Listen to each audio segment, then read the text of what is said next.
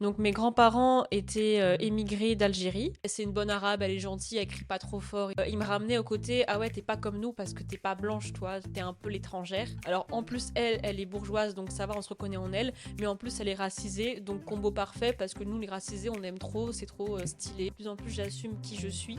Et donc j'assume d'être algérienne et d'avoir une culture maghrébine. On n'a pas choisi qui on était, mais on peut choisir d'utiliser cette émotion de colère et de tristesse pour nous faire une force, pour faire un moteur pour avancer. Bonjour à toutes et à tous et bienvenue sur le podcast d'Over the Rainbow, un podcast qui vous donne la parole pour venir raconter vos histoires. Ici, vous allez apprendre des choses, vous informer, être sensibilisé à des causes, rire, peut-être pleurer aussi, mais ce qui est certain, c'est que ces épisodes vont vous toucher. Le mantra ici, c'est prenez soin de vous et prenez soin des autres et ça commence maintenant. Je vous laisse rejoindre ma conversation avec mon invité du jour. Bonne écoute! Bonjour Louise, comment vas-tu? Salut, ça va? Merci beaucoup d'être venue jusqu'à Nantes pour me voir, ça me fait trop plaisir. Bah, pas de problème, moi aussi ça me fait plaisir. Donc là, on est prête pour enregistrer. On a été manger une galette et une crêpe avant, donc Oui. tout va bien. On est motivés. Donc du coup, nous, on a déjà eu le temps de pas mal discuter avant et de faire connaissance. Mais est-ce que tu peux te présenter un petit peu en quelques mots pour les personnes qui nous écoutent? Alors, je m'appelle Louise, j'ai 24 ans. Alors, actuellement, je suis babysitter, mais je travaille pour reprendre une formation de libraire l'année prochaine sur Paris, en alternance, parce que je voudrais devenir libraire. Et j'habite à Rennes actuellement. Trop bien, super. Bah, merci beaucoup pour ces petites informations. Toi, c'est quoi tes passions dans la vie? Qu'est-ce que tu aimes faire? Alors, je m'intéresse beaucoup donc à la lecture forcément, notamment des essais. J'aime beaucoup les mangas, j'aime beaucoup, les lectures, de romans pour ados. J'aime bien le dessin aussi, la danse, le sport, chiller avec mes amis, voilà, ce genre de choses. Trop bien, top, ça nous donne un petit aperçu de ta personnalité, donc super. Alors aujourd'hui, tu es venu pour parler d'un sujet très intéressant. Pendant cet épisode, on va parler de métissage, de classe sociale, de féminisme, de sentiments d'appartenance et de déracinement, mais aussi de racisme et de misogynie. Beaucoup de choses à dire du coup. Exactement. Du coup, pour commencer un petit peu, j'aimerais bien qu'on parle un peu de tes origines, que tu nous présentes justement quelles sont tes racines et ton rapport avec tes différentes cultures. Oui, tout à fait. Alors, moi, je suis née donc de 2 parents français, mais ma mère a des origines algériennes par mes grands-parents qui étaient algériens. Donc mes grands-parents étaient, émigrés d'Algérie. Ils sont arrivés en France, dans les années 60 et donc je suis, en soi, moitié algérienne, par eux. Mhm. Et moitié française, donc par la famille de mon père qui lui, pour le coup, il est né à côté de Lyon, très français. Donc voilà, et j'ai la peau mate et les cheveux très noirs. Ok, donc ça se voit que tu es métisse et ça va justement être un sujet parce que quand ça se voit, ça implique beaucoup de choses, notamment quand on est une femme. Voilà. Oui, tout à fait, surtout que je m'appelle Louise Mélantois, j'ai un prénom extrêmement français, mais je n'ai pas une apparence très française, Mm. donc exactement, ça se voit. OK. Et on a parlé de tes origines et au niveau de ta classe sociale, du coup, parce que c'est aussi un sujet dont tu vas nous parler, est-ce que tu peux nous expliquer un peu? Oui, tout à fait. Mes 2 parents sont cadres. Mon père est dans le commerce, ma mère aussi est dans le commerce. Elle s'est un peu surclassée parce que de base, mes grands-parents, avaient pas de métier, parlaient pas français, donc c'est la seule dans la famille qui a fait des études. Donc moi, j'ai totalement baigné dans une culture bourgeoise parce que mes 2 parents étant cadres, je suis née dans une classe assez privilégiée. Voilà. Ok, très bien. Donc du coup, il y a un gros sujet. Enfin, toi, ce que tu m'as expliqué un peu quand on a discuté avant pour préparer l'épisode, c'était justement ce sentiment en fait de pas vraiment être à ta place. Est-ce que tu peux nous en parler un peu plus? Alors oui, en fait, ayant traîné avec beaucoup de personnes blanches, classe bourgeoise, parce que surtout quand je suis arrivée, vers le lycée, je suis allée dans un lycée privé, c'est vrai que j'avais les codes bourgeois, j'avais la façon de parler, la façon de se comporter, mais comme j'étais pas blanche, il y avait un peu ce côté, par des petites questions, par des petits moments, il me ramenait au côté: «Ah ouais, t'es pas comme nous parce que t'es pas blanche, toi, t'es un peu l'étrangère». Mm. Et quand j'ai commencé aussi à avoir des amis de classe prolétaire et surtout des personnes racisées de classe prolétaire, il y avait ce côté où enfin je pouvais un peu me reconnaître dans ce qu'ils vivaient, dans notre culture aussi, parce que malgré tout j'ai une culture algérienne par mes grands-parents et par ma mère un peu aussi.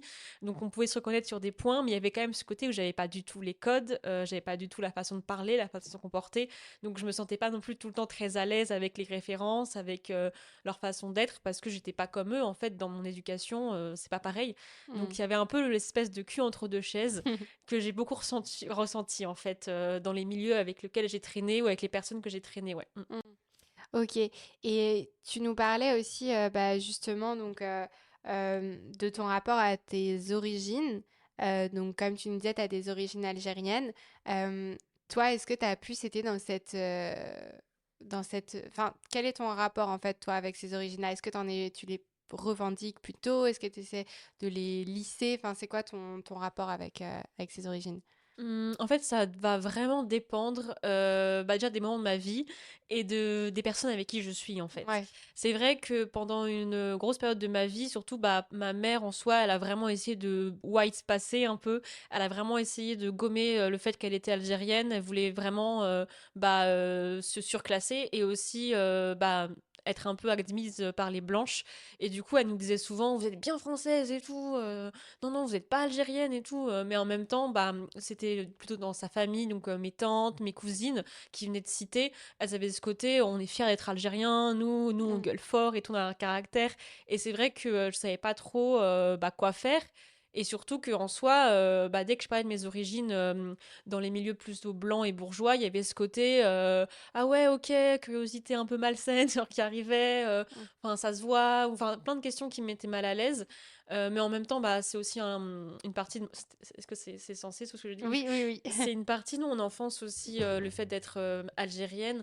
Et du coup, je savais pas en fait comment en fait dealer avec ça parce que d'un côté, j'avais l'impression qu'on plaçait un peu une curiosité malsaine sur moi.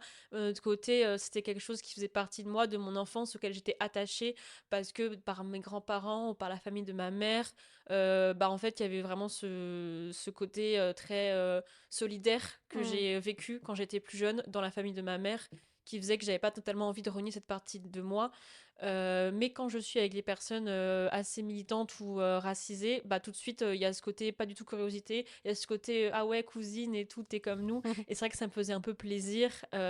Donc en vrai ça va vraiment dépendre. Bah maintenant j'ai un peu grandi quand même et de plus en plus j'assume qui je suis et donc j'assume d'être algérienne et d'avoir une culture du coup maghrébine. Mais c'est vrai que c'est plus aussi dans les milieux militants que je vais réussir à l'assumer avec des amis en fait qui vont totalement comprendre les enjeux d'intersectionnalité et de racisme qui font que j'arrive de plus en plus à assumer en fait qui je suis et cette partie de mon enfance qui est à moi et qui fait partie de moi. Donc voilà. Mm. Ok, très intéressant. Et justement, tu nous parlais de ta mère un peu et de son rapport à tout ça. Ta mère, du coup, en fait, elle a fait un peu un... Enfin, elle a été transfuge de classe, en fait, parce que du coup, elle a commencé... Enfin, elle est arrivée avec des parents immigrés et tout, et finalement, aujourd'hui, elle est cadre, etc. Est-ce que tu peux nous raconter un peu ce que tu sais de l'histoire de ta mère, justement, sur comment est-ce qu'elle est arrivée en France, comment elle s'est assimilée à la culture. Enfin voilà, si tu peux nous donner un petit peu de contexte là-dessus sur son histoire, qui est aussi la Bien tienne sûr. du coup au final. C'est vrai, c'est vrai. Bah, en fait, du coup, c'est mes grands-parents qui sont arrivés donc en France dans les années 50, 60. Donc, c'était pas encore l'indépendance qui a été déclarée, je crois, en 62. Ouais, il me Donc, semble. voilà, là, c'était encore la colonisation. Donc, ils sont arrivés vraiment rien à voir avec tout ça, entre guillemets. Ils voulaient vraiment arriver en France pour trouver un boulot, tout ça. Et ils sont arrivés donc dans Paris. Mon grand-père, il voulait pas être dans les cités. Il voulait vraiment s'intégrer, en fait, auprès des Blancs. Et donc, ma sœur, n'importe quoi. Ma mère, c'est la plus grande, avec mon oncle en soi, mais c'était elle un peu la femme en plus, la plus grande, donc c'était un peu la grande sœur. Et mes grands-parents parlaient pas français, ils écrivaient pas aussi français. Je crois même pas qu'ils savaient écrire en fait. Et c'est vrai que ma mère, en fait, c'était un peu la traductrice pour tout. Donc elle avait vraiment, de très très jeune, elle a eu cette charge mentale de traduire pour mes grands-parents en français, de leur apprendre un peu le français. Et surtout qu'elle parlait un peu arabe, enfin même carrément arabe chez elle. Et après, à l'école, bah, elle devait parler français, mais elle avait du mal. Et elle a vécu pas mal en fait de moqueries de la part des enfants parce qu'elle était, elle parlait pas forcément bien français et qu'elle était pas blanche comme eux. Et surtout qu'elle avait en plus cette charge mentale de gérer ses parents alors que c'est pas censé être elle qui doit les gérer, Oui. c'est censé être l'inverse. Donc je pense que ça a participé au fait qu'elle a du mal à totalement embrasser ses origines. Et en fait, c'est la seule dans sa famille, nous qui sont 5 enfants derrière. C'est la seule déjà qui est partie de Paris. Ils sont tous restés un peu autour. Et c'est la seule qui a fait des études longues. Elle a fait la fac de langue et après elle est partie en master à l'étranger. Elle a fini dans le commerce. Et après elle a rencontré mon père. Elle s'est posée avec lui, tout ça. Mais c'est vrai que c'est la seule en fait qui a vraiment voulu, je pense, s'en sortir comme elle aime bien dire, se surclasser, tout ça. Et du coup, ça participe au fait qu'elle veut pas assumer son passé parce que je pense que elle veut vraiment montrer qu'elle s'est intégrée, quoi. Mm. Donc voilà, et moi dans tout ça, c'est vrai que dans la famille de ma mère, comme ils sont tous d'une classe prolétaire un peu autour de Paris, il y avait vraiment cette différence que elle voulait nous montrer avec mon père, enfin l'éducation qu'elle voulait nous inculquer avec entre guillemets l'aide de mon père, et l'éducation qu'on avait quand on allait au repas de famille, quand on allait voir la famille de ma mère, où c'était vraiment complètement différent, complètement lâche, et c'était trop bien, Oui. et c'est toujours trop bien, mais voilà quoi. Oui, elle a vraiment voulu s'extraire de son milieu, quoi. C'est vraiment ça. Exactement, Ouais. c'était vraiment ça, genre vraiment s'extraire de son milieu et vraiment pas passer pour la rebeu en fait. Mm. Et je sens bien que quand elle est face à la famille de mon père, elle est pas toujours très à l'aise parce que pour le coup, la famille de mon père va un peu la fétichiser en mode je me rappelle très bien, genre d'une fois où ça m'avait marqué, ma mère elle fait pas souvent des couscous, mais des fois elle en fait et genre la famille de mon père ils aiment trop dire oh là là, mais le couscous de Nadia il est incroyable et tout, genre comme si, genre, forcément, comme elle est rebeu, tu vois, ça va Oui. être son couscous. Voilà, ça n'a aucun sens. Et je vois bien que ma mère, ça la met mal à l'aise. Enfin, genre, je pense que voilà, ça la met mal à l'aise, tout ça. Elle prend sur elle, mais derrière, elle est vexée. Et je pense que ça lui ramène des conditions où on l'a traité un peu de sale rebeu et tout Mm. à Paris, quoi. Mm. Mm. Ok. Euh, et toi, du coup, donc ta mère, là, tu nous parles du fait qu'elle a quand même subi de la fétichisation, de la discrimination. Enfin, voilà, tout ça, au final, c'est quand même, ça fait quand même partie du racisme, même si des fois, on a l'impression que c'est moins raciste de parler de couscous que d'insulter la personne, mais ça peut l'être quand même en fonction de comment c'est fait. Toi, du coup, est-ce que tu as expérimenté du racisme en tant que femme maghrébine qui évolue plutôt dans un milieu blanc?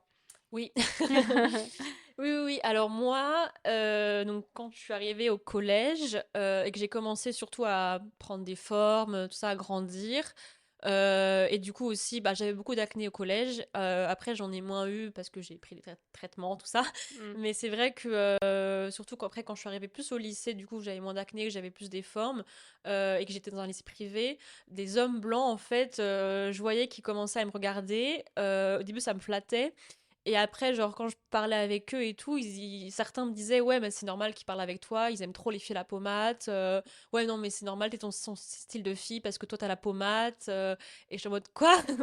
Ok, genre, ils me considèrent pas comme ma propre personne. Et aussi, il y avait ce côté, genre, beaucoup de femmes blanches ou de féminisme blanche même, tu vois, me disaient, quand tu sais, des fois, t'as des moments entre copines où tu te dis, oh, j'aime même pas, je suis moche, et tes copines sont là, mais non, et tout. Et là, elle me disait, mais non, mais toi, t'as la pommade, en plus, t'as trop de chance et tout. Et ça faisait trop, genre, la pommade, c'est trop stylé, tu vois. Mm. Et je savais pas trop si ça me faisait plaisir ou si ça me mettait mal à l'aise parce que, genre, j'avais pas envie d'être vue que par ça, tu vois. J'avais envie d'être une personne belle par sa personnalité, tu vois. Mm. Et donc, il y avait aussi ce côté, genre, comme les blancs, ils ont pas l'habitude de voir des personnes racisées, comme moi, genre, j'avais leur code et qu'en plus j'étais racisée, il y avait un peu ce côté, genre, Gaule, tu vois, en mode, alors, en plus, elle est bourgeoise, donc ça va, on se reconnaît en elle, mais en plus, elle est racisée, donc combo parfait, parce que nous, les racisés, on aime trop, c'est trop stylé, tu vois, Mm. Trop exotique. voilà, trop exotique et tout. Et en plus aussi, il y avait ce côté très gênant, où en fait, moi, j'ai les yeux en amande, tu vois, Ouais. et souvent, les gens croyaient que j'étais asiatique, alors Ok. que pas du tout. Mais Ouais. c'est vrai qu'il y a vraiment ce côté, limite, ils vont s'en battre les couilles de mon origine. Ils vont juste prendre le côté exotique, comme tu dis, et ils vont dire Ah mais non, mais je croyais que t'étais asiatique. Ah mais non, mais je croyais que t'étais indienne. Genre, mais pas du tout. Enfin, je suis algérienne et genre, en fait, en Algérie, il y a plein de façons d'être algérien. Tu Ah peux être oui. aussi très blanc, tu vois. Et en plus, c'est drôle parce que je ressemble à ma grand-mère, du coup, qui est algérienne. Mm, Elle avait aussi les yeux en amande, tu vois. mm. Donc, vraiment, c'est un truc de fou. Enfin, les blancs, en fait, font pas la différence. Et c'est vrai que bah ça m'a aussi mis mal à l'aise parce que bah même on m'appelait la Nouachi, tu vois. Ah oui, sympa. Voilà, c'est ça, mais non, enfin, rien à voir avec l'Asie, tu vois, et même pour les personnes asiatiques, enfin, c'est tellement horrible. Ouais, c'est horrible. Le Et racisme ouais, pour les personnes asiatiques aussi, c'est un sacré truc. bah, c'est ça, en fait, c'est Mm. totalement ça. Et du coup, bon, je l'ai un peu mal vécu parce que surtout, je me sentais vraiment, bah, surtout que j'avais l'impression que la fétichisation, ça pouvait aussi passer par ah, mais t'es de quelle origine? Parce que ça se voit que t'es pas française. Ou même aussi dans ma façon de parler, je sais que je suis assez stressée. Et c'est vrai que des fois, on m'a dit, ouais, ça se voit quand tu parles que tu fais pas française. Mais du coup, enfin, c'est plus. Je Oui, suis française depuis le début, je suis là, mais oui, laissez-moi. non, mais c'est ça, exactement. Genre. Mais enfin, en fait, je le prenais grave mal parce que je Ouais. me disais, mais en fait, c'est parce que je suis stressée que je parle un peu de manière un peu décousue, enfin, que je suis un peu pas à l'aise, mais c'est pas parce que je suis pas française. Enfin, c'est horrible aussi de ramener ça à la langue, enfin, tu vois.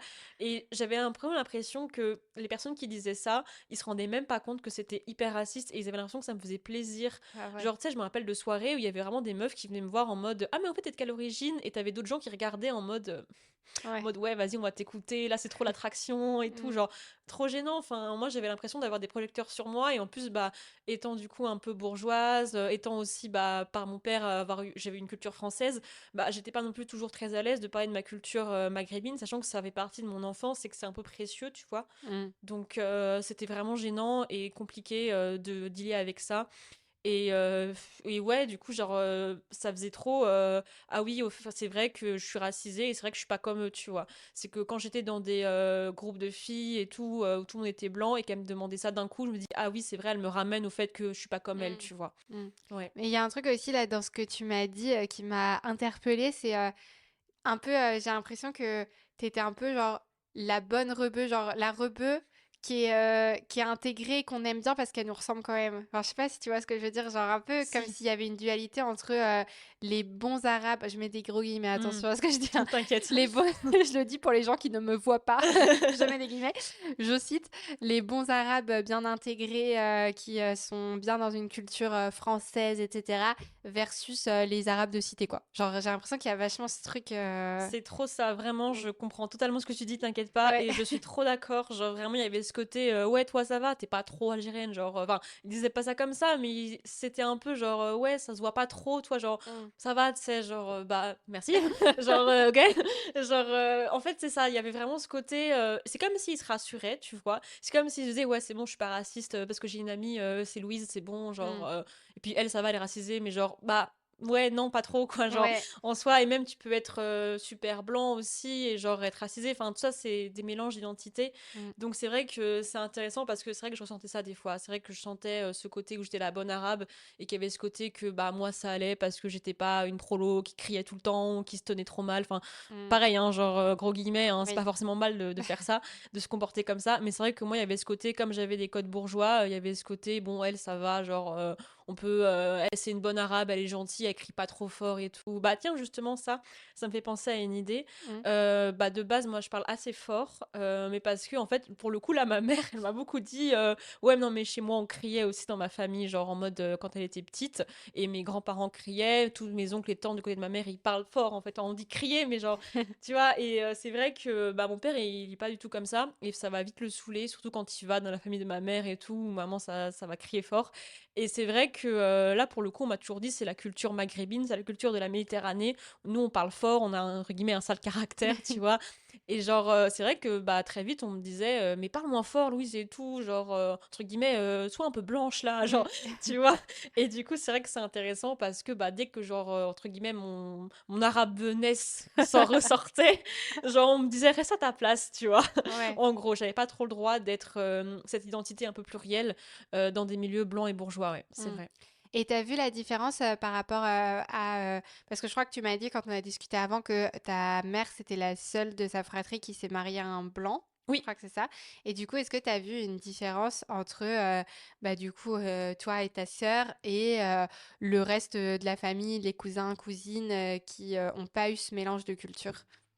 Bah, après, en soi, quand je dis blanc, enfin, c'est plus bourgeois aussi. Dans Ok, le sens d'accord, où, ouais. bah, attends, je réfléchis. Euh, Désolée. Bah, ouais, non. En fait, ils sont tous restés dans des milieux prolétaires en soi, mais c'est pas forcément des personnes racisées. Ouais, d'accord, À je part vois. une personne à laquelle je pense, ils sont tous restés dans des milieux très très prolétaires. En fait, ma mère, c'est la seule qui s'est mariée avec un blanc, dans le sens où, enfin, en tout cas, la famille de ma mère le considère comme un blanc, mon père, parce que c'est un peu le blanc parfait, dans le sens où il est bourgeois et blanc. Tu vois. En Mm. plus, mon père est vraiment bourgeois. Enfin, ils ont tous fait école de commerce dans sa famille. Enfin, vraiment, c'est un milieu assez privilégié. Et donc, du coup, je pense que c'est ça en cela. Mais du coup, en termes de classe sociale, Ouais. c'est vrai que mes cousines, mes cousins, qui ont vraiment grandi dans des milieux bah, de cité, de banlieue, ont des façons de se comporter, et même aussi par rapport à leur origine, qui est complètement différent de moi et ma sœur. Même ma sœur, tu vois, ça a été un peu différent, enfin, on en parlera après, Mm. comment elle gère son origine, mais mes cousins cousines ont vraiment ce côté, ils vont genre assumer leur origine, et ils vont limite s'en faire une identité très importante. Enfin, ma cousine qui a grandi en cité, où il y avait plein de personnes d'origine différentes, elle assumait de ouf d'être algérienne, elle revendiquait avec un drapeau et tout. Enfin, vraiment rien à voir, tu vois. Elle voulait trop parler arabe tout le temps et tout. Mhm. Et c'est vrai que elle assumait beaucoup plus. Et surtout, ma tante l'a laissé aussi assumer, et limite l'encourager à assumer, tu vois. Donc c'est plus dans les milieux prolétaires où je sens que les origines, en fait, c'est limite une identité qui fait que tu te démarques aux autres, quoi. Mm. Mm. Ouais, je vois. Et justement, bah, tu nous parlais de ta sœur, on peut en parler maintenant parce que pour le coup, vous avez toutes les deux bah, la même double identité, on Mhm. va dire, et pourtant vous avez un rapport complètement différent à ça. Est-ce que tu veux bien nous en parler, nous expliquer un peu ça par rapport à ta sœur? Oui, bien sûr. Bah, en fait, ma sœur, déjà, elle s'appelle Anna, H-A-N-A-H. Donc, elle a, entre guillemets, un prénom un peu plus, entre guillemets, oriental, tu Mhm. vois. Genre, je sais que on l'a un peu fait chier, même aussi sur le côté juif, tu vois, parce que c'est un prénom à connotation juif, alors que, bon, pareil, enfin, pas non plus de rapport. Mais aussi, ma sœur, en soi, elle a vraiment... Moi, j'étais plus quand même un peu geek, un peu réservée quand j'étais au collège et lycée. Donc, j'ai beaucoup plus d'amis, en fait, en soi, qui sont, entre guillemets, pas populaires. Enfin, Mm. non pas entre guillemets, voilà, enfin, qui sont pas genre dans les conventions, tu vois. Mais ma sœur, elle a toujours été cette fille un peu extravagante, populaire et tout. Et c'est vrai que elle, je pense qu'elle s'est fait pas mal fétichiser aussi par les blancs, par les hommes. Mais elle, je pense qu'elle a un peu essayé de pas trop protester par rapport à ça, et un peu de accepter ça en mode ouais, bah c'est comme ça. Et du coup, c'est vrai que c'est différent parce que bah, moi, ça me mettait mal à l'aise, mais peut-être que elle, ça, elle voyait peut-être pas le malaise, ou peut-être que elle essayait un peu de se le réapproprier, tu vois, en mode genre, ah ouais, je plais au mec et c'est stylé, et en plus, je suis stylée, tu vois. Donc, c'est une façon de se réapproprier. Mm. Mais c'est vrai que, bah, moi, genre, j'avais pas envie, en fait, que les mecs me voient par rapport à ça. J'avais pas forcément envie, en fait, d'être l'arabe, en fait, exotique, quoi. Mm. Donc, c'était différent, ouais. Mm. Ok. Et justement, tu nous parles de la fétichisation, c'est très intéressant. Est-ce que tu peux nous expliquer ce que toi, t'as vécu par rapport à ça? Ok. Euh, qu'est-ce que j'ai vécu par rapport à Bah, ça? comment est-ce que Je toi, tu réfléchis. as ressenti la fétichisation? Peut-être déjà nous expliquer un peu, peut-être pour les personnes qui nous écoutent et qui savent pas forcément ce que c'est que le fait de fétichiser des personnes avec un peu de l'exotisme et tout Hmm. ça, si tu peux nous expliquer ce que c'est et comment est-ce que toi, tu l'as vécu? Bah moi je trouve que la fétichisation, j'aime bien dire ça, c'est qu'en général les gens qui font ça, ils croient que c'est positif, ils croient que ça fait vraiment du bien à la personne, que ça fait plaisir, et ils croient vraiment que ils sont pas du tout racistes en faisant ça. Ils croient vraiment que justement c'est le contraire, qu'ils vont être super ouverts d'esprit et tout, super Mm. tolérants et tout là, sauf qu'en fait pas du tout. Et en fait la fétichisation, bah moi je l'ai ressenti dans le côté où on allait me prendre par rapport au fait que j'ai la pommade, on allait venir vers moi parce que j'avais la pommade. Et il y avait peut-être aussi ce côté un peu beurette, dans le sens où, en fait, moi, je suis une fille, tu vois, racisée, et je suis assez féminine dans ma façon d'être, surtout du coup quand j'ai commencé à grandir et être plus à l'aise avec mon corps et avec moi-même. Et c'est vrai que j'avais un peu l'impression des fois que les hommes avaient ce côté... genre un peu beurette, dans le sens où c'était un peu le petit toutou, tu vois, genre le petit trophée en mode j'ai réussi à avoir une meuf racisée, en plus un peu concon, entre guillemets, tu Mm. vois. Un peu en mode ouais, parce que c'est vrai qu'en plus je suis un peu maladroite, à l'ouest et tout, Mm. et peut-être que c'est construit ou pas, mais il y avait ce côté un peu ah ouais, genre j'ai réussi à avoir Louise et puis et à être pote avec elle, et en plus bah c'est un peu un trophée, un moyen d'exister en mode genre, j'arrive pas à expliquer. Ouais, je vois totalement Ouais, ce que tu c'est veux dire, compliqué à dans le expliquer. sens où j'ai pu voir aussi, moi, plus du côté, du coup, en étant blanche, de voir justement des potes blancs ou même des potes blanches qui veulent sortir avec un mec noir parce qu'elles trouvent ça stylé et tout, parce que il y a ce truc aussi, je sais pas si t'as déjà entendu ça, mais de oh là là, comme ça, on va avoir des enfants, ils seront métis, c'est trop Oui, beau et de ouf. tout. Voilà, Genre, oui, il y a c'est vrai, oui. vachement ce truc-là de où t'as l'impression que les gens, en fait, quand ils se disent ça en mode, bah du coup, je suis pas raciste parce que moi, je trouve ça trop beau et tout, Ouais, mais c'est en vrai. fait, du coup, ils sont vachement dans le truc inverse de, bah justement, fétichisation, en mode, ils veulent coucher, par exemple, avec une fille noire parce que juste c'est une fille noire et qu'ils ont envie de voir ce que ça fait, quoi. Enfin... Ça fait vraiment ça. En fait, oui, t'as posé les mots intéressants. C'est genre vraiment, ça fait stylé, ça fait genre performance. Et mm, c'est vrai que du coup, là, j'ai enfin trouvé le terme. C'est que beurette, en fait, il y a un peu totalement une idée reçue du porno qui dit que quand t'es genre maghrébine ou musulmane, parce que souvent aussi, ça n'a aucun lien, mm, enfin, ça n'a pas forcément le lien d'être musulmane et d'être maghrébine ou inversement. Mais c'est vrai qu'à ce côté, genre, ah ouais, en fait, elle est toute réservée, toute timide, mais au lit, c'est une chaudasse. mm, Tout ça. Et c'est vrai que bah, j'étais quand même assez réservée pendant longtemps et je suis encore un peu. Il y a ce côté, ah ouais, elle, je suis sûre que c'est une chaudasse. En plus, genre, c'est un peu une tigresse, tu vois. Genre, ah ouais, voilà. ça revient de J'ai ouf, enfin ça. trouvé le mot, genre, en mode la petite beurette, ça va être ça, en mode. Ou alors aussi, elle a des formes et tout, donc trop sexy. Enfin, genre, voilà. Et ça me mettait mal à l'aise. Et surtout, quand tu parles du coup du côté métis, en mode j'ai trop envie d'être avec un mec noir, ça va faire un mec métis, bah tu vois que la couleur de peau.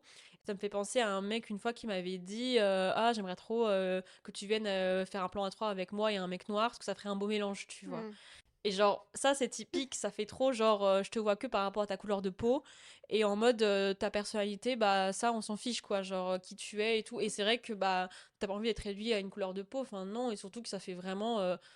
Ils croient qu'ils te mettent en valeur, ils croient qu'ils te trouvent belle et tout comme ça, mais genre, moi j'ai pas envie d'être belle par rapport à ma couleur de peau, surtout que bah, j'ai vécu du racisme, cette fois pur et dur, en mode t'es pas française, c'est quoi tes origines, parce que ça se voit que t'es pas française, ou genre rien qu'au travail on m'a déjà dit, mais vous êtes française et tout, enfin, tout de suite on va croire que je suis pas du tout d'ici par rapport à ma couleur de peau, sachant que le racisme ça n'a rien à voir avec la couleur de peau, ça c'est mm, du colorisme, le racisme, enfin la discrimination pardon envers les couleurs de peau c'est le colorisme, mais le racisme, ça peut aussi être quand t'es blanc et que tu t'appelles pas d'un prénom soi-disant français. mm. Ça peut être plein de formes, c'est dans le système en fait, c'est pas juste la couleur de peau.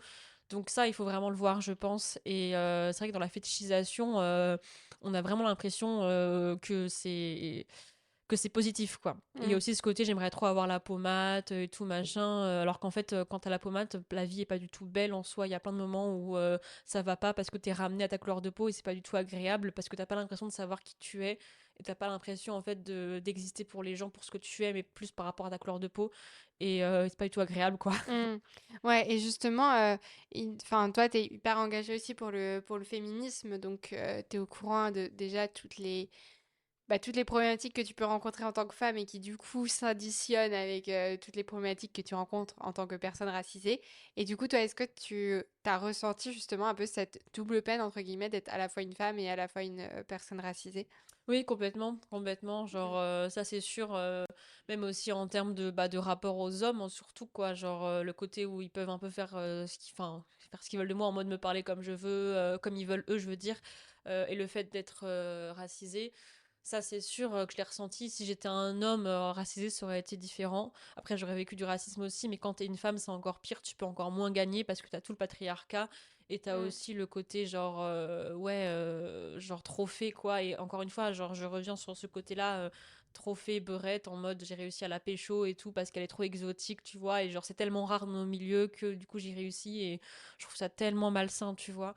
Et ouais j'ai totalement vécu ces deux côtés-là, cette misogynie-là vraiment difficile. Ou même encore une fois sur l'expression, la façon de parler, ce côté où j'arrive pas à bien parler français et du coup genre les hommes blancs vont me dire ouais non mais t'inquiète pas genre entre guillemets je vais t'apprendre la vie, je vais ouais. t'apprendre à bien parler, enfin genre je sais pas genre je me rappelle de certaines personnes qui m'ont dit ouais là tu vas pas réussir ton oral parce que la façon dont tu parles ça fait pas très français donc je vais t'aider tu vois. Ouais. Voilà. Mais what? Ok genre C'est trop bizarre en mais oui c'est vrai. trop bizarre genre vraiment. Et bon voilà, genre, moi, ça m'a toujours mis vraiment très mal tout ça parce que, genre, je me sentais pas du tout intégrée et encore une fois, genre, je pense pas que je m'exprime mal, tu vois, genre, Non, non, bah non. et surtout que je pense pas que c'est des rapports. Enfin, je sais que ma mère, des fois, elle a des mots qu'elle comprend pas en français et tout, mais en vrai, tout le monde Mm. a des mots qu'ils Oui, comprennent pas bah oui, forcément en français, bien c'est pas sûr. que. Mais moi, je sentais vraiment qu'il mettait très vite le lien avec le fait que j'étais racisée, quoi. Mm. Vraiment, il mettait très vite le lien, enfin, de dire vraiment pas français, genre, parler mieux français, genre. Ça, on me l'a souvent dit, enfin, c'est quand même pas rien, tu vois, genre, comme si, genre, ouais, j'étais pas de chez eux, que j'étais Mm. pas comme eux, quoi. C'était vraiment ça que je ressentais. Donc, Ouais. et juste parce que je perdais mes mots, tu vois. Même Ouais. pas parce que je disais des mots qui n'existaient pas en français, tu vois. Oui, non, mais Donc, ouais. même pas si je parlais avec un accent arabe ou un truc comme ça. Enfin, Mm. même pas, tu vois. Mm. Ouais, c'est fou. Et tout à l'heure, tu parlais des religions aussi. Est-ce que tu as grandi avec deux cultures religieuses marquées ou pas forcément? Oui, quand même. Mm. Ma grand-mère était du coup musulmane, mon grand-père aussi, je crois, et du coup, ma grand-mère du côté de mon père était catholique, et mon grand-père était agnostique du côté de mon père. Mm. Mais du coup, c'est vrai que quand même, bah, ma grand-mère était quand même assez catholique du côté de mon père, donc elle nous en parlait beaucoup. Et c'est vrai que du côté de mes grands-parents avec ma mère, c'était quand même une culture très musulmane. Donc voilà, il y avait l'Aïd, la fête du mouton, pas la fin du ramadan, la fête du mouton, voilà, qui n'a rien à voir qu'on fête encore maintenant. Il y avait aussi donc des fois le ramadan qui était fait du coup par mes grands-parents. Donc c'est vrai qu'à côté, genre chez mon père, c'était complètement différent comme ambiance. Donc t'avais les messes et tout machin. Mm. Et même aussi en termes de, comment dire, je me rappelle de le you je crois que c'est dit comme ça, dans les fêtes qu'on fait au mariage souvent et tout. Ben, c'est vrai que les mariages que je faisais avec la famille de ma mère étaient complètement différents de ceux de la famille de mon père. Et c'est vrai que dans la culture musulmane, maghrébine, on va beaucoup plus crier, on va vraiment plus danser. Enfin, vraiment rien à voir. Et c'est vrai que des fois, quand j'étais petite, je savais pas trop en fait, bah, sur quel pied danser Mm. certaine manière, parce que c'était encore une fois une double culture, mais la religion a un peu joué, c'est vrai. Mm. Après, ce que j'ai trouvé malin de la part de mes parents, c'est qu'ils nous ont jamais imposé vraiment. Ouais. C'est qu'en fait, moi je trouvais que ça se sentait qu'ils nous faisaient découvrir. Genre, mes grands-parents, en tout cas, m'ont fait découvrir la religion musulmane. Ma grand-mère, surtout, m'a fait découvrir la religion catholique. Mais il n'y avait pas de, bon, bah, toi, du coup, va te faire baptiser ou on fait le ramadan avec nous. Bah, non, en fait. Mm. C'était vraiment genre, on s'est fait baptiser avec ma sœur civilement quand on avait genre, je sais pas, 12-13 ans. Donc quand même, on était quand même assez consciente et tout de ce qu'on faisait. Et après, genre, on n'a pas vraiment eu de religion attitrée, tu vois. Mm. Enfin, c'est peut-être aussi dû au fait que mon père en soi était pas du tout pratiquant catholique et ma Ouais. mère pas du tout pratiquante musulmane. Mm. Donc en fait, c'était vraiment nos grands-parents, donc c'était pas non plus Oui, directement nos c'était moins parents. proche. C'est ça. Mm. Mais quand même, je trouve ça assez chouette qu'ils nous ont pas trop imposé, trop, qu'ils nous ont vraiment laissé découvrir quoi. Mm. Donc bon. Et t'as jamais ressenti euh, de la part d'une famille et de l'autre un peu de justement du côté catholique par exemple, oh bah on voudrait pas trop qu'elle devienne musulmane ou inversement de l'autre côté, il y a jamais eu ça dans ta famille de problématiques comme ça? Non, franchement, je Il y a crois toujours eu pas. un bon respect et une bonne tolérance de l'autre culture. Je réfléchis quand même. Bah encore une fois, à part la fétichisation, genre le côté un peu fantasme sur la culture musulmane maghrébine de la Mm, part de la famille de mon père, en mode ah ok, le ramadan c'est comment, mm, machin, machin, ou genre le couscous, machin et tout, comment vous le faites, enfin des trucs bizarres comme ça. Du côté de la famille de ma mère, non. Mais c'est vrai que pas trop. Franchement, j'ai pas trop de souvenirs où c'était vraiment violent. oui. Je trouve que justement, c'est intéressant que mes deux parents, au final, soient de deux cultures différentes et qu'ils se sont quand même aimés et qu'ils aient créé une famille. Enfin, en tout cas, mes deux grands-parents n'ont jamais eu de différents, quoi. Donc Mm. ça, c'est chouette. Ok, bon bah c'est bien, c'est déjà ça, ça fait plaisir. Et quand tu nous parlais de toute la fétichisation que tu as subie, est-ce que toi ça t'a causé carrément un dégoût des hommes avec la peur justement de dire bah en fait je vais encore être fétichisée, ça me saoule. Comment t'as vécu ça? Alors, en fait, j'ai commencé donc à me sentir fétichisée donc, vers 14-15 ans. Et c'est aussi à cette période-là que je me suis questionnée sur ma sexualité et à me questionner si j'étais pas lesbienne ou bisexuelle. Parce que voilà, je commençais à regarder les femmes, tout ça. Et donc, je me suis demandé bah, si j'étais pas du coup attirée plus que par les filles exclusivement, et surtout que les hommes en fait me mettaient mal à l'aise parce que je voyais qu'ils me regardaient que à travers ma couleur de peau, Mais en fait, c'était surtout ces hommes-là qui m'étaient mal à l'aise, les hommes qui me fétichisaient, pas tous les hommes, tu vois. Mm. Mais c'est vrai que d'une certaine manière, ça m'a pas forcément aidé dans mes relations avec les hommes derrière. Parce que c'est vrai que, notamment par le fait que je suis bi, enfin maintenant je le sais, je suis pas lesbienne ou hétéro. Le fait d'être bi, souvent aussi t'as de la fétichisation. Oui, ça rajoute un Super, truc voilà, c'est encore. ça. Donc voilà, donc dire il y avait la fétichisation du fait de, entre guillemets, coucher ou être avec une femme maghrébine, mais en plus d'être avec une femme bi, il y a toujours ce truc de plan à trois, machin et tout. Et ça, forcément, pareil, genre giga malsain. Et en fait, j'avais un peu aussi cette peur de dire que j'étais bi et aussi de, entre guillemets, revendiquer mes origines, même si ça se voit.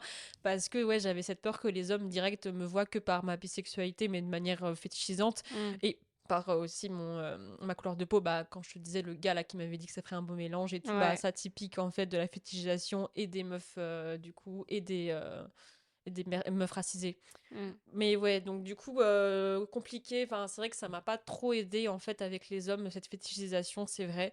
Et notamment ça s'ajoute à la sexualité en fait où je me cherchais et je me suis trouvée hein, mais voilà, c'est vrai que ça a rajouté parce que je me suis demandé quand même à un moment donné si ouais j'étais pas lesbienne parce que genre moi j'arrivais pas du tout en fait à être à l'aise avec les hommes parce que je me sentais trop mal trop mal à l'aise en fait sur la façon dont ils me regardaient quoi. Mm. Surtout que forcément genre dans ces moments-là genre je me posais des questions en fait aussi sur ma sexualité en fait à moi, genre sur toutes ces questions de sexe en fait en soi. Et c'est vrai que je savais pas trop du coup comment dealer avec tout ça quoi. C'était vraiment compliqué. Et puis forcément il y avait pas beaucoup de représentation à l'époque quoi. Genre maintenant c'est trop bien la génération Z, ils ont Lena Situation, Mm. ils ont de Doll Beauty je crois aussi. Enfin Mm. plein de représentations trop cool. Mais c'est vrai qu'à cette époque-là il y avait pas beaucoup de déjà de personnes bi, ça c'est sûr, mais de personnes aussi racisées. C'était vraiment compliqué, donc je me sentais vraiment pas bien, c'est vrai, dans les relations pendant longtemps, à cause de ça, je pense. Mm. Ok, et enfin, quand tu nous parlais de fétichisation, du coup, c'était uniquement des hommes blancs qui te fétichisaient ou est-ce que tu as déjà eu des relations comme ça? Enfin, est-ce que tu as déjà ressenti ce genre de choses aussi avec des hommes racisés ou pas du tout? Mmh, non, je crois pas. En Mm. fait, avec les hommes racisés, j'ai déjà relationné avec des hommes racisés, il y avait un peu ce côté, genre, on se sait. Oui, on se comprend. Voilà, on se comprend. Genre, franchement, non, pas trop. Mm. C'était vraiment les hommes blancs et vraiment souvent de classe assez aisée. Mm. Vraiment, ça n'a pas trop été les personnes racisées. Enfin, en tout cas, j'ai pas de souvenirs vraiment qui m'ont Mm. marqué ou une personne racisée m'a fétichisé. C'était vraiment plus un côté où ils savaient ce que je ressentais et tout. Ils étaient assez gentils, quoi. Ouais, Genre, ouais, je par vois. rapport à ça. Enfin, ils n'étaient pas du tout à me voir que par rapport à ça. Mm. Mm. Ok, et ça, du coup, c'est un truc qui t'influencerait plus tard dans la personne avec qui tu voudrais vivre, enfin, si tu veux être en couple plus tard ou pas, mais en mode, maintenant, j'ai plus trop envie forcément de relationner avec des hommes blancs ou pas forcément, ou t'arrives encore à tomber sur des personnes bienveillantes qui te fétichisent pas. Complètement quand même enfin ça m'a complètement influencé quand même dans le Ouais. sens où c'est vrai que après j'ai commencé aussi à avoir pas mal de relations non sérieuses Mm. et c'est vrai que dès que je sentais que le gars genre me fétichisait ou quoi ou que voilà dans certains trucs au lit ça sentait la fétichisation très vite je me dis bon lui c'est sûr que je le reverrai plus quoi. Ouais. Genre Ciao. voilà ciao voilà c'est ça, c'est qu'en fait non ça m'a quand même influencé, maintenant je fais super attention Mm. à ce que vont dire notamment les hommes blancs, même en vrai les femmes aussi hein, peuvent aussi être racistes. Ouais, c'est ce que j'allais te demander, ouais, si Mm. au niveau des femmes, t'étais déjà tombée sur des femmes blanches qui te fétichisaient aussi.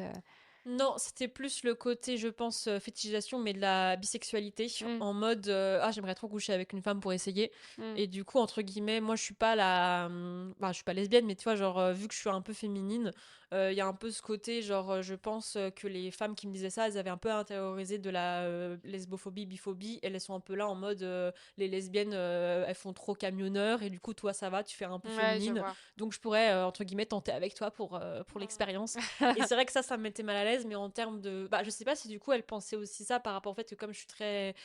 Comme je suis racisée et féminine, peut-être qu'il y avait ce côté aussi, genre en plus t'es maghrébine, donc ce Double serait stylé. expérience. Voilà, c'est Wouh. ça, trop stylé, genre voilà, peut-être, hein, mais Mm. c'est vrai que là aussi, pareil, je me dis, bah non, en fait, moi je veux vraiment plus ressentir ça, quoi, je veux vraiment pas ressentir. Ce côté genre je veux trop essayer avec une meuf bi, je veux trop essayer avec une meuf racisée, bah non je suis plus que ça et pour moi c'est des choses importantes, créer une relation c'est important et il y a pas de problème pour parler d'origine, pour parler de bisexualité, mais genre pas en mode curiosité malsaine et pas en mode expérience, Mm, délire et tout. Bah non, c'est pas drôle en fait, ce genre de choses. C'est des choses qui questionnent les gens et c'est vraiment pas cool de les prendre que pour ça, quoi. mm.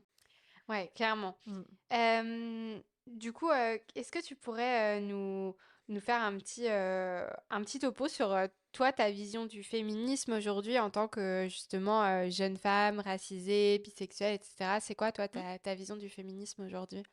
Alors, grande question, parce que je suis passée par plusieurs phases du féminisme en Ouais, bah soi. c'est intéressant De justement. ouf. Bah, c'est vrai que le féminisme, pour moi, c'est important depuis bah, que je suis au lycée. Et au début, c'est vrai que j'avais une vision assez, comment dire, bah, réduite du féminisme. Surtout qu'en fait, j'avais plus ces modèles-là, tu vois, une vision très blanche et très bourgeoise du féminisme.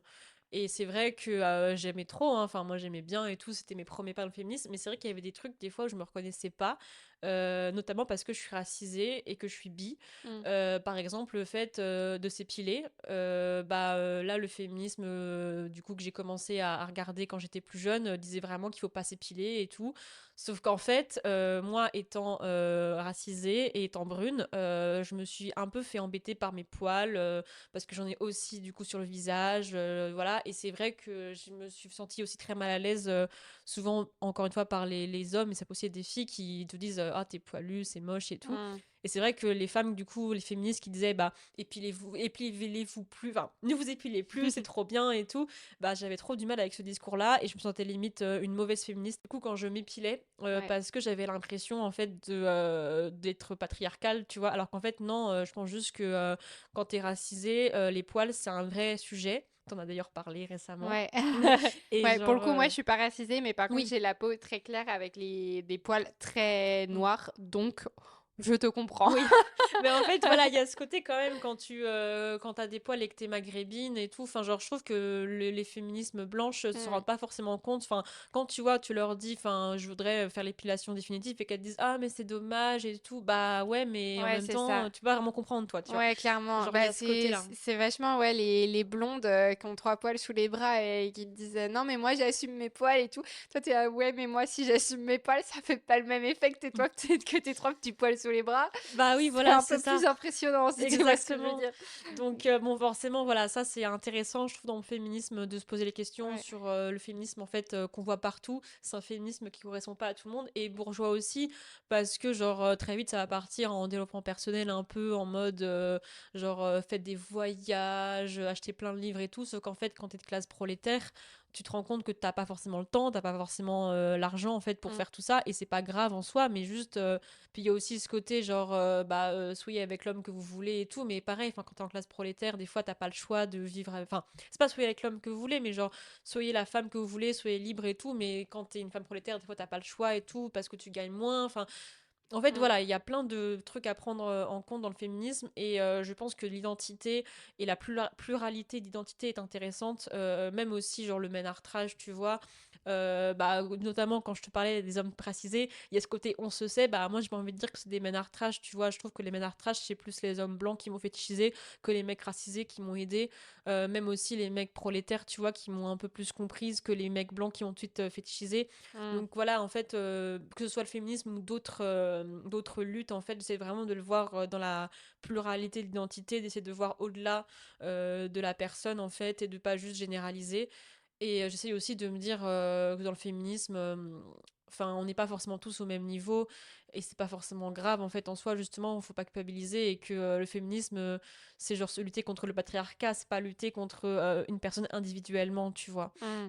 Ouais, très intéressant. Et pour revenir aussi sur la notion des classes sociales, tout à l'heure, on parlait justement du côté transfuge de classe parce que ta maman, elle a fait des grandes études, voilà, et que maintenant elle est cadre, ton père cadre. Quand on a discuté tout à l'heure, tu m'as dit que ta sœur, elle a suivi cette trace-là en étant en école de commerce et tout, et que toi, au final, bah, tu sors un peu de ça. Mm. Est-ce que tu peux nous en parler aussi et expliquer un peu, bah, comment est-ce que c'est vu autour de toi le fait de pas vouloir rentrer dans ce truc de école de commerce à fond, rester dans le truc de bourgeoisie, mais au final aussi transfuge de classe, mais plutôt dans l'autre sens. Comment est-ce Je que tu vois. l'as vécu ça aussi? C'est intéressant parce que c'est vrai que bah, je suis un peu la babose de la famille, j'aime bien dire ça, clairement, parce que vraiment, bah, moi, très vite, bah, déjà dans mon entourage, quand j'étais au collège, j'ai rencontré des personnes vraiment bah, très geek, très queer un peu et tout. Enfin, vraiment, on avait une ambiance on était un peu les bizarres, tu vois. Mm. Mais c'était trop bien. Mais du coup, c'est vrai que par rapport à ma sœur, bah, ça m'a un peu aussi aidé à un petit peu, comment dire, ne pas prendre la voie familiale qui était très tracée parce que je me suis dit il y a peut-être autre chose, tu vois, et je me suis un peu construite bah, par les réseaux sociaux, par cet entourage en fait qui n'était pas du tout le même que chez moi, et du Mm. coup ça m'a fait que j'ai pas du tout suivi la trace de mes parents et de ma sœur, et c'est vrai que je sentais que mes parents acceptaient pas trop ça, dans le sens où ils étaient toujours en train de dire ouais on accepte que tu ailles en L, que tu ailles faire des études de BTS ou un brevet, tout ça et tout, mais genre tu pourrais pas faire d'autres trucs plus tard, ou tu pourrais pas faire une école, on sait jamais, genre voilà, ils étaient quand même pas très à l'aise, et surtout bah enfin à chaque fois au repas de famille, moi je pouvais pas trop en parler parce que bah ils disaient ils connaissaient rien, mais c'est pas non plus un mal, enfin dans le sens où c'est normal, c'est pas leur milieu, mais c'est vrai qu'ils faisaient pas trop d'efforts pour le connaître, et moi je me sentais un petit peu seule des fois dans mes revendications et dans ce que je voulais faire dans mes études.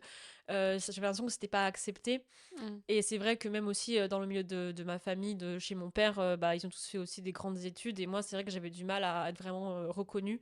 Et en plus, comme je suis la plus jeune, il y avait un peu ce côté genre, oh, elle est bien naïve, celle-là. Genre, enfin, Mm. voilà, genre, j'étais pas forcément à l'aise. Mais par contre, encore une fois, la famille de ma mère, toujours compréhensive, toujours là pour m'encourager dans ce que je voulais faire. Et là, pour le coup, j'étais beaucoup plus moi-même que la famille de mon père. Mais c'est vrai qu'en termes d'identité, ça a souvent été compliqué. J'ai souvent été anxieuse par rapport à ça, en mode, mais est-ce que je pourrais pas faire une école de commerce et au final je serais acceptée comme ça par la famille ma famille, parce que c'est vrai que bah en plus comme j'étais la plus jeune, j'avais l'impression que je devais prouver quelque chose, parce que ma sœur, elle a toujours été un peu la fille parfaite, tu vois, en mode elle a Mm. fait des études comme il fallait et tout, et moi genre j'arrivais pas trop derrière. En plus, j'étais pas forcément très forte en cours. J'étais assez réservée en plus et tout, et genre du coup genre j'ai l'impression que je cochais pas du tout les mêmes cases que ma sœur, et que j'étais pas du coup dans les cases, et c'est vrai que j'ai énormément de mal du coup à être bien avec tout ça, à être bien avec moi-même, parce que je me dis mais je suis pas acceptée en fait dans ma famille, et comme du coup j'étais pas la populaire, genre je suis pas acceptée par les autres, mais comment je vais faire dans la vie, tu vois. Et au final là ça va beaucoup mieux, mais vraiment, mais ça a été compliqué pendant pas mal de temps, avant vraiment de réussir à trouver ma place, avant de se dire au final bah fais ce que tu as envie de faire, puis les autres tu t'en fous, notamment ta famille tu t'en fous au final. Mm. Ouais, clairement. Et du coup, là maintenant, c'est quoi tes projets, tes envies pour plus tard, pour la suite? Bah, ce qui est sûr, c'est que je voudrais réussir ma formation de libraire. Je Mm. voudrais être libraire, ça c'est sûr, c'est trop mon truc, vraiment. Je me vois pas ailleurs que là, vraiment dans une petite librairie.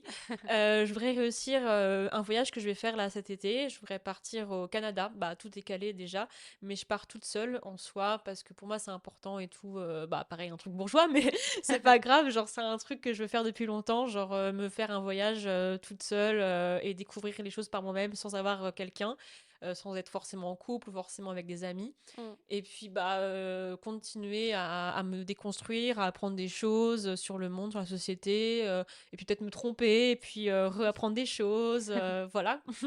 Ok, trop bien. Bah, en tout cas, du coup, quand les personnes écouteront cet épisode, tu auras déjà fait ton voyage. Du coup, Carrément, c'est ça, j'espère que ce tu sera seras bien passé. sûrement en alternance dans une librairie. Donc, Bah la Louise du futur, j'espère que tu es heureux, j'espère que tu as passé un bon voyage. salut à toi. C'est ça. Ok. Est-ce que tu as un message que tu voudrais faire passer sur le sujet de la mixité, la place des personnes racisées dans la société? Oui, bah écoute, si toi qui écoutes ce podcast, tu te sens pas assez blanc, tu te sens pas assez comme les autres, tu te sens pas assez dans les normes et tout, bah déjà t'es stylé, c'est sûr.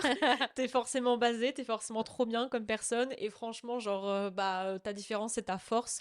Notre force aux personnes discriminées, aux personnes racisées, c'est qu'on est ensemble, c'est qu'on est solidaires.